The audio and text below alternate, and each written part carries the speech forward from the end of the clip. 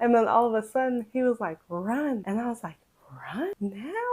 And he was like, run, yes. And I was like, ah. Hi, I'm Taya. I'm a travel content creator who inspires other creators to elevate their brand, land paid collabs, and travel more. I went paragliding. At the beginning of the year when I was planning a vision board, I added paragliding because I wanted to try new things and push myself past my comfort zone. So when I was planning my 3-week solo trip to Ecuador, I figured that it would be the most perfect time to go paragliding because I'm already doing major big things. So why not add something else that's on my bucket list and is super cool to do. But as I was more seriously planning my trip there, I just decided to go with my gut and go paragliding. Of course, as I was researching, I wanted to find somewhere that I could get the best value for my money. I wanted somewhere that wasn't very expensive, but I also wanted to be able to have footage of the experience and stuff, because I was starting to see that some companies offer that, whereas others you have to pay additional price for it. So to help me figure out the best deal for me based on my preferences, I kept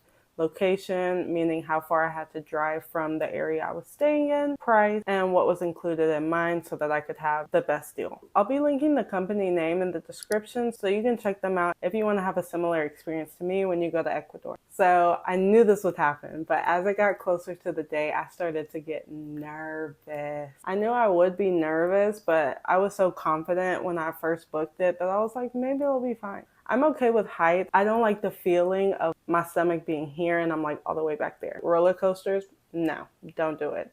Zip lining, I love zip lining because it's not too fast and I'm not spinning and stuff. So because of this, I kept reassuring myself that paragliding would be fine because I knew it was literally gliding slowly in the air, but I was still scared. What had me nervous was when the realization hit in that I'm about to be running off of a cliff. I'm literally gonna run off a cliff. So when will I start flying? How far will I get off the cliff till I start lifting up? When I land, am I gonna get grass butt burn? There were so many different factors. So I Googled it. I was on Reddit. I looked at people's first time experience on YouTube just to see how it was, and everything seemed very good. On average, everyone's experience was what I expected it to be. So the day of, I woke up, I ate my breakfast, I checked out of my Airbnb because I decided to go paragliding on my way to the airport.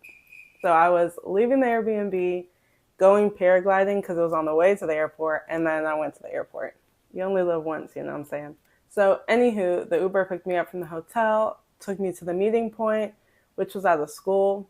I can't say I'm surprised. South America, I love it. The people who met me there was the company people. So there was a driver and then the guy who was going paragliding with me because I wasn't going to do it by myself. So we were going up the mountain, driving up the mountain to go paragliding, and he was just happy and smiling, and I'm just getting more nervous and nervous, how much higher are we going, okay? The guy asked me if I spoke Spanish, and I said no. I'm at a conversational level in Spanish. I've been learning for a while now, but when we got my life on the line, no, we only speak English. So we finally made it to the top of the mountain and got out the car, and I was nervous. I'm like, wow, we are high up. But the guy gave me instructions. He was reassuring, and then he told me to stand so that he could put my gear on. And then all of a sudden he was like, run. And I was like, run now?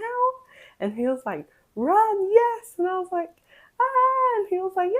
And he was like, run, run, run, run, run. And I was running. I was like, I'm running, I'm running, I'm running. And then we kept getting closer and closer to the edge. And I'm like, when are we going to start lifting? I'm like, we're getting way too close to the edge. I was scared. I'm running and I'm starting to hesitate because we're getting close to the edge. And then I keep pushing through and he's pushing me. Mind you, the paragliding parachute thing is heavy, and all of the things that are on you are heavy. It's like you're running in slow motion.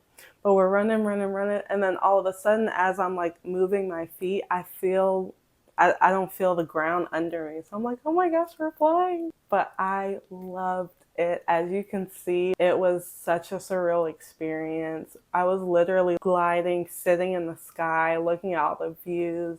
I couldn't believe it. It was such an amazing experience. If you've made it this far, go ahead and give this video a thumbs up. So I know I mentioned I was worried about the landing process. The landing process was so smooth. In the air, the guy told me to just lift my leg. I'm sitting in a diagonal or whatever. So just make an L with your feet. Put your feet up so that you just scoot on your butt. But it was very smooth. I could see myself flying down. I mentioned it was at a school. The kids were like, ooh. I was just gliding down, and then we smoothly went on the grass. I would recommend to do it in a scenic country instead of a city or a place where the views aren't as nice, just so that you can get like the most out of your experience. I always love the feeling I get when I do something that I was initially like scared of or doubting myself. It makes me feel so empowered. See you next week.